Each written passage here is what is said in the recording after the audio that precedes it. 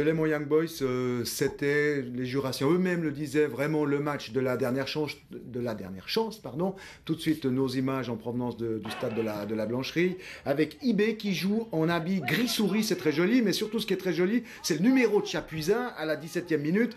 Il va donner à Tikva, Tikva prolonge, regardez, Berisha fusille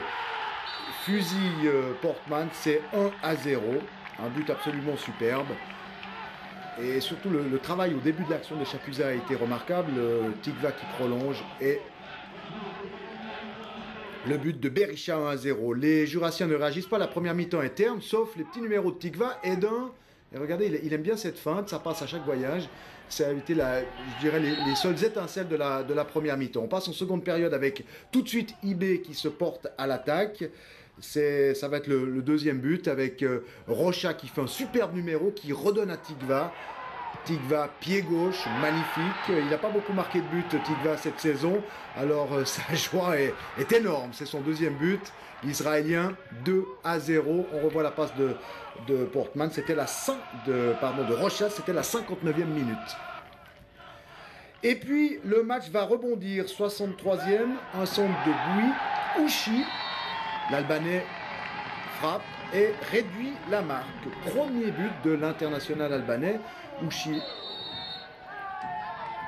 Rien à faire pour Colaviti, c'était la 63e minute, mais l'espoir est de courte durée, 66e, Chapuisat centre, la défense jurassienne peine à se dégager, deuxième but de la journée pour Berisha, 9 buts au total dans ce championnat, il se rapproche de la tête des buteurs. Regardez la défense jurassienne, et Cherimi en particulier, le voici qui n'arrive pas à dégager.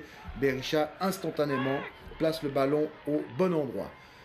C'est 3-1, puis le match rebondit encore une fois, et ce n'est pas pour nous déplaire, avec Ivano Biancavilla qui récupère ce centre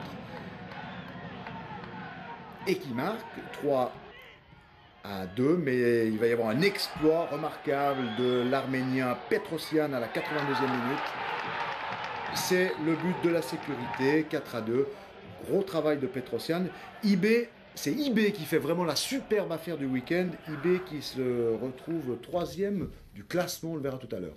Oui, justement, on verra les incidences au classement tout à l'heure. Ce qu'on se rend compte également, c'est qu'à 3 journées de la fin, il reste 9 points en jeu. La situation de Delémont est quasi catastrophique maintenant. 5 points de retard sur la 8e place. C'est très très difficile. Ouais, surtout que Delémont va Wartourne la semaine prochaine pour affronter Grasshopper. C'est pas non plus un cadeau.